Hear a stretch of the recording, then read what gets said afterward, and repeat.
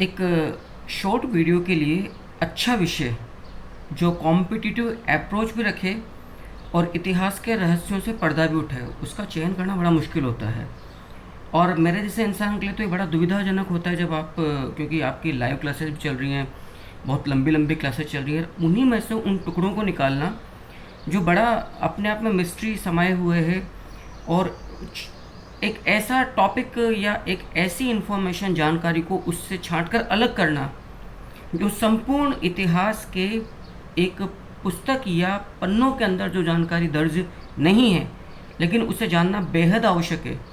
शायद मेरा जो लक्ष्य है इन वीडियोज़ के प्रति वो यही है, और इसी तरह के एक वीडियो से मैं दोबारा आपको रूबरू करवा रहा हूँ आज।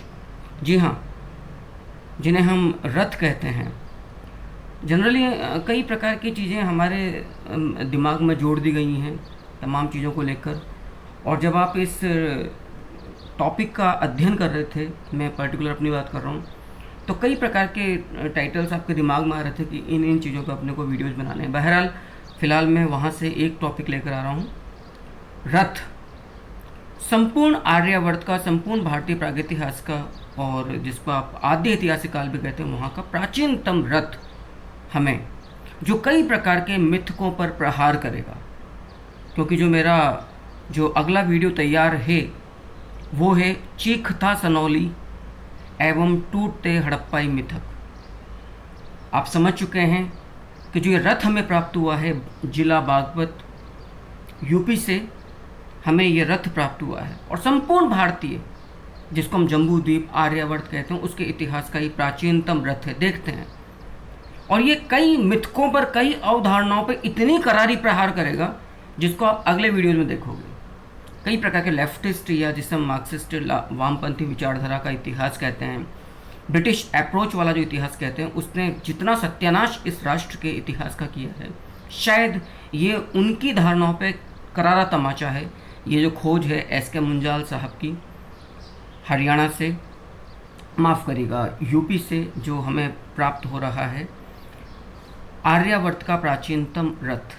देखिएगा आप इस डायग्राम को, इस चित्र को देखिएगा, और आप अंदाज़ा लगा सकते हैं कि जो पहिया रहा होगा इसका क्लियर स्ट्रक्चर हमें फ़िलहाल नज़र आ रहा है। हमें बीच में धुरी भी नज़र आ रही है, और ये जो हमें इस प्रकार के पॉइंट्स उभरे हुए नज़र आ रहे हैं, संभवतः स्पॉक्स लगाने के ये यहाँ पर चिन्ह रहे हों।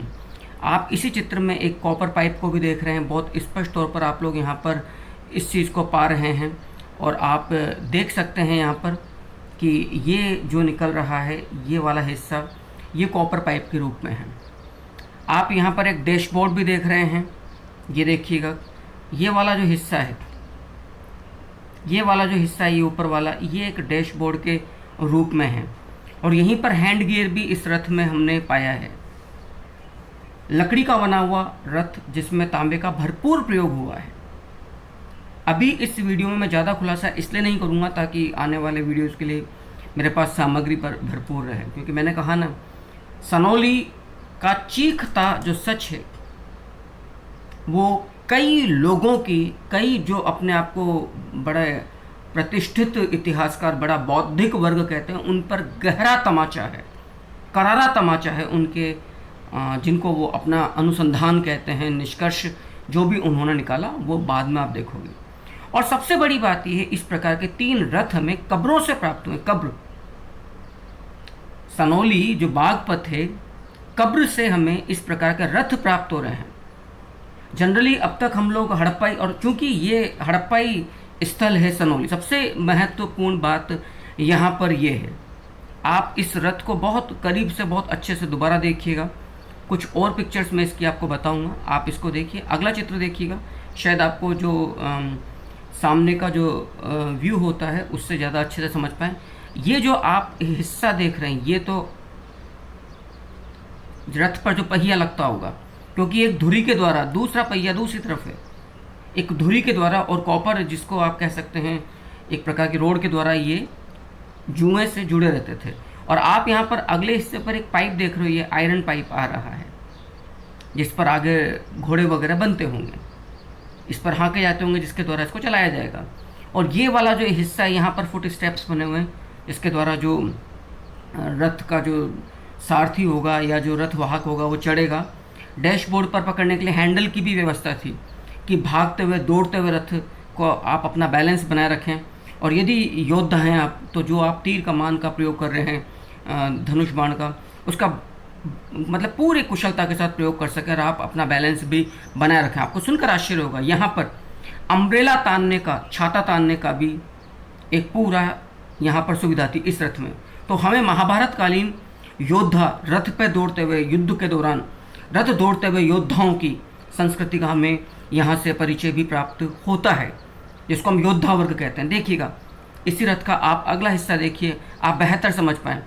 अब यदि आप इस हिस्से को देखते हैं तो आप लोग देख रहे हैं कि यहाँ से ये फुट स्टेप्स जो बने हुए हैं, एक पायदान, यहाँ से आप आगे चढ़ रहे हैं। ये डैशबोर्ड है, राइट। ये हिस्सा यहाँ पर संभवतः पीछे की तरफ भी छाता लगता होगा, और ये जो हिस्सा यहाँ पर आप अपनी सामग्री रख सकते हैं। और आप देख सकते हैं कि ये हिस्सा इतना ऊंचा है कि आप सेफली यहाँ पर ये आयरन रोड आपको यहाँ पर प्राप्त हो रही है। क्लियर है। ये अगला हिस्सा, इसका पृष्ठ इधर वाला जो हिस्सा था पहिए का, मैंने पहले चित्र में बताया। इस वाले चित्र में आप यहाँ पर ये एक पहिया और ये एक पहिया, मतलब आप बहुत आराम से 2 पहियों का भी आपको यहाँ पर धुरियाँ प्राप्त हो रही हैं। और जिस ये कब्र में प्राप्त हुआ ये विशिष्ट प्रकार का कॉफिन, इसके बारे में मैं बाद में जानकारी प्राप्त कर दूंगा। ये चारपाई जैसा आप नीचे पाए देख रहे हैं, ये कॉफिन है, जिस कॉफिन के ऊपर पीपल के लीफ यानी कि पीपल की पत्ती का, तांबे की पीपल की पत्ती का यहाँ पर चित्रांकन हुआ है, चित्रण हुआ है। यह विशिष्ट प्रकार का, मैं समझता हूँ संपूर्ण दुनिया का ये बड़ा अनोखा, बड़ा विशिष्ट प्रकार का ताबूत या कॉफिन हमें सनोली से प्राप्त हो। उसके पास में आपको ये रथ प्राप्त हो रहा है। इसका मतलब जो चैरियट्स में जो रथ प्राप्त हो रहे हैं, ये निश्चित तौर पर ये जो कब्र रही होगी, ये भी किसी योद्धा की कब्र रही होगी। और उसको एक प्रकार का, जिसे हम कहना चाहिए, उसको सम्मान देने के लिए, समर्पण के लिए जो उसके द्वारा प्रयोक्ता रथ होगा वो इस कब्र के अंदर रखा गया है। और ये सब हमें सनौली से प्राप्त हो रहा है। मैं उम्मीद करता हूँ कि ये प्रकार की, हालांकि इस तरह की जानकारियाँ कई वीडियोज़ में, इस बात को नहीं कहूँगा कि पहला मैं ही इंसान हूँ जो इस बात के रहस्य से उससे पर्दा उठा रहा है, लेकिन जो तरीका मेरा प्रस्तुतिकरण का है वो आपको सीधा एग्ज़ाम तक हिट करेगा, किसी भी लेवल का एग्ज़ाम हो। क्योंकि मैं मात्र कहानी किस्से सुनाने के लिए इस तरह की शॉर्ट वीडियोज़ की सीरीज़ नहीं चला रहा हूँ। फाइनली मेरा जो उद्देश्य है वो एग्ज़ाम को क्रैक करना है, इस बात को याद रखना। हाँ, इस तरह के वीडियोज़ में रोचकता इतिहास के प्रति बेहद बनी रहेगी, ये मेरा आप लोगों को, और आप लोग इस बात को बेहतर जानते भी हैं।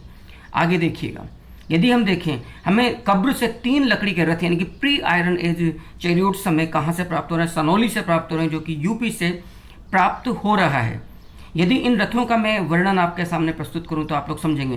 पहिए एक निश्चित धुरी पर घूमते थे, जो पक्के तौर पर कॉपर से बनी हुई यहाँ पर एक स्टिक रही होगी, रोड रही होगी, जो कि ड्राफ्ट पोल द्वारा जानवरों के जोड़े की जुएं से जुड़ा रहता था। आगे जो आपने अगले हिस्से पर देखा था कि ये कॉपर, ये वाला जो हिस्सा निकल रहा है, ये जिसको जुआ बोला जा रहा है, यहाँ से निकला हुआ जो सिरा होगा वो आगे जाके रथों, जो घोड़े होते थे उनका सिरे से जुड़ता था ताकि इसको आगे दौड़ाया जा सके।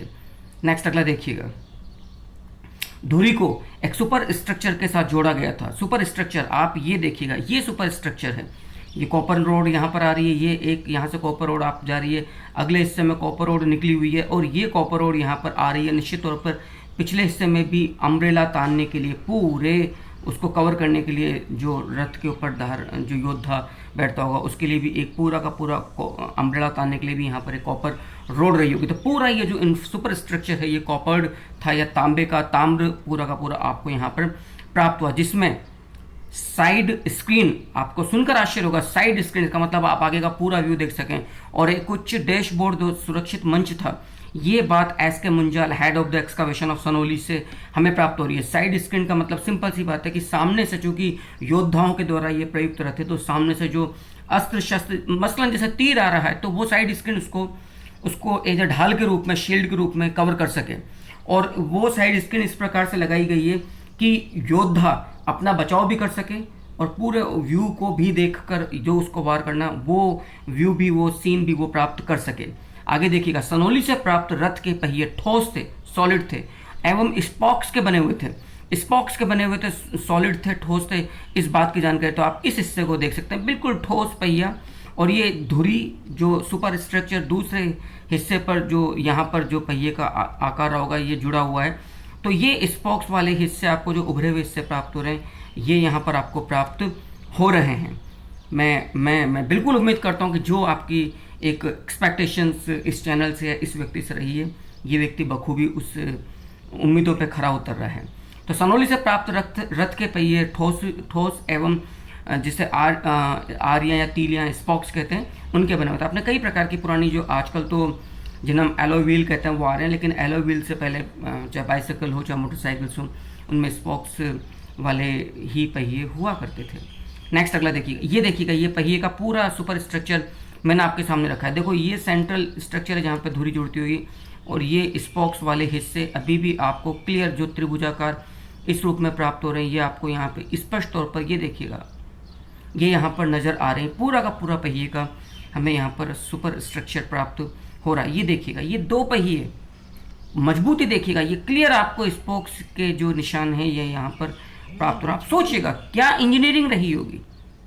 मतलब जो कहा जाता है कि ब्रिटिशर्स के आने के पश्चात, मुगलों के आने के पश्चात ही भारत में विकास हुआ, ये लोग नहीं होते तो ऐसा नहीं होता, वैसा नहीं होता, 2-3 लोगों ने हमने पूरा जामा पहनाने का प्रयास किया। करारा तमाचा है उन धारणाओं पर। आप देखिए, इंजीनियरिंग देखिएगा, क्योंकि इनको मालूम है युद्ध के दौरान भागते हुए, उबड़ खाबड़ पथरीले रास्तों पर भागते हुए, जिनके ऊपर पूरा प्रहार हो रहा है, यदि एक पहिया धोखा दे जाए, टूट जाए, तो दूसरा पहिया उसको पूरा बैलेंस दे सके, और योद्धा की जो कुशलता है शस्त्र चलाने की, अस्त्र चलाने की, उस पर कोई असर ना हो, उसकी स्पीड पर कोई असर ना हो, उसका बैलेंस पर कोई असर ना हो। इसलिए ये पहियों का सुपर स्ट्रक्चर यहाँ पर दिया गया। और कॉपर का प्रयोग इसलिए किया गया ताकि मजबूती बनी रहे, और बाकी हिस्सा लकड़ी का इसलिए बनाया गया ताकि लाइट वेट भी, जिसको आप कॉम्पैक्ट एक प्रकार का यान कह सकते हैं, जो चैरियोट आपको रथ प्राप्त हो रहा है, उसमें मजबूती भी रहे और लाइट वेट भी रहे, ताकि दौड़ाने में सुविधा रहे। हवा, मतलब यदि भारी रहेगा तो हवा का जो वेग होगा वो उसकी गति को कहीं ना कहीं प्रभावित करेगा, वो स्पीड नहीं दे पाएगा।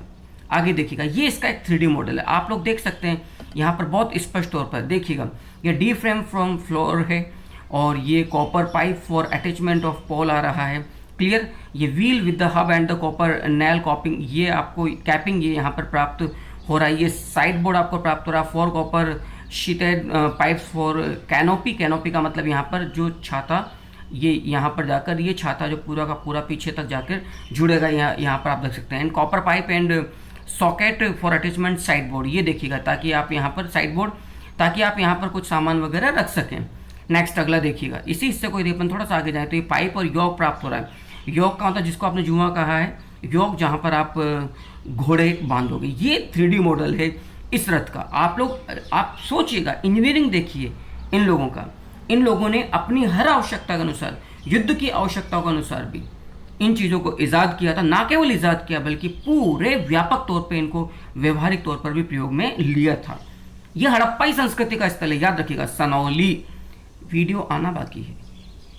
चीखता सनौली एवं टूटते हड़प्पाई मिथक, याद रखिएगा मेरी बात को। और मैं इस तरह के रहस्यों को बेपर्दा करूंगा, उद्घाटन करूंगा कि आप लोग सोच भी नहीं सकते हैं। बिल्कुल एनालिटिकल अप्रोच जो कॉम्पिटिटिव अप्रोच लेवल पर होनी चाहिए, वो आपको यहाँ पर इस व्यक्ति के द्वारा निश्चित तौर पर प्राप्त होगी। अगला देखिएगा, a royal wooden coffin and alongside it 2 chariot adjacent to each other excavated by the Archaeological Survey of India at Sanauli. यानी कि 2 सटे हुए रथ आपको एक कब्र से यहाँ पर प्राप्त हो रहे हैं, जिसके अंदर की वुडन कॉफिन लकड़ी का बना हुआ ताबूत भी यहाँ पे रखा हुआ है। आगे देखिएगा, the chassis of the chariot was made of would, लकड़ी का बना हुआ उसका पूरा का पूरा जो फ्रेम था, and covered with the thick copper sheets, और मोटी जो ताम्र जो चादर थी उनसे वो ढका हुआ था मजबूती के लिए। The frame was made of copper pipes including one for attaching an umbrella, यानी कि जिसे हम ऊपर की तरफ जो छाता होता है रथ के ऊपर, सवार के ऊपर, वो पूरा का पूरा यहाँ पे सुविधा दी गई है। आगे देखिएगा, a closeup of the anthropomorphic figure on the coffin lid depicting headgear made of horn and a people leaf in the center. However, another expert view is that the carving is of a bull head, यानी कि आप कह सकते हैं इस पूरे वर्णन को पढ़कर, देखकर, सुनकर कि लाइट वेट रहे, मजबूती पूरी रहे, और एक प्रकार का जिसको आप हेड गियर कह रहे हैं कि आप इजीली उसको मूवमेंट भी दे सकें। और सबसे बड़ी बात है कि ये जो प्राप्त हो रहा है, ये चैरियोट या रथ प्राप्त हो रहा है कॉफिन, वुडन कॉफिन के साथ प्राप्त हो रहा है। हम लोग हालांकि देख चुके हैं देवदार का जो ताबूत था वो हड़प्पाई स्थलों से ही प्राप्त हो रहा है, लेकिन ये बड़ा विशिष्ट प्रकार का जिसके ऊपर ताम्र, जिसको आप चित्रण कहते हैं, डेपिक्टिंग जो शब्द यहाँ पर आ रहा है, चित्रण उसका अर्थ होता है, वो हमें पूरा प्राप्त हो रहा है। जो आपने देखा यहाँ पर पीपल लीफ, ये स्पष्ट तौर पर ये चीज़ें हमें कहाँ से प्राप्त हो रही है, सनौली से प्राप्त हो रही है। जिन्होंने एक्सकावेशन किया वो आप लोग देख सकते हैं। तो ये हवा में उड़ती हुई चीज़ें नहीं है, ये स्पष्ट तौर पर आपको प्राप्त हो रहा है। यहाँ पर ये उसी कब्र का चित्र है। ये जो जिन लोगों ने उत्खनन में सहयोग किया ये वो सज्जन हैं, ये रथ है, और इनके द्वारा जो 3D डायग्राम जो बनाया गया ये आपके सामने। मैं उम्मीद करता हूँ कि छोटा सा वीडियो है लेकिन बड़ी गहरी जानकारी समाये हुए है। इंतज़ार कीजिएगा, अभी सनौली पर कई प्रकार के वीडियोज आने बाकी हैं। उनमें से एक विशिष्ट है, चीखता सनौली टूटते हड़प्पाई मिथक। इंतज़ार कीजिए उस वीडियो का। तब तक आप लोग मुझे अपनी भावनाओं से ज़रूर अवगत करवाइएगा। मुझे इंतज़ार रहेगा नया वीडियो आने तक। मिलते हैं दोबारा। वंदे मातरम।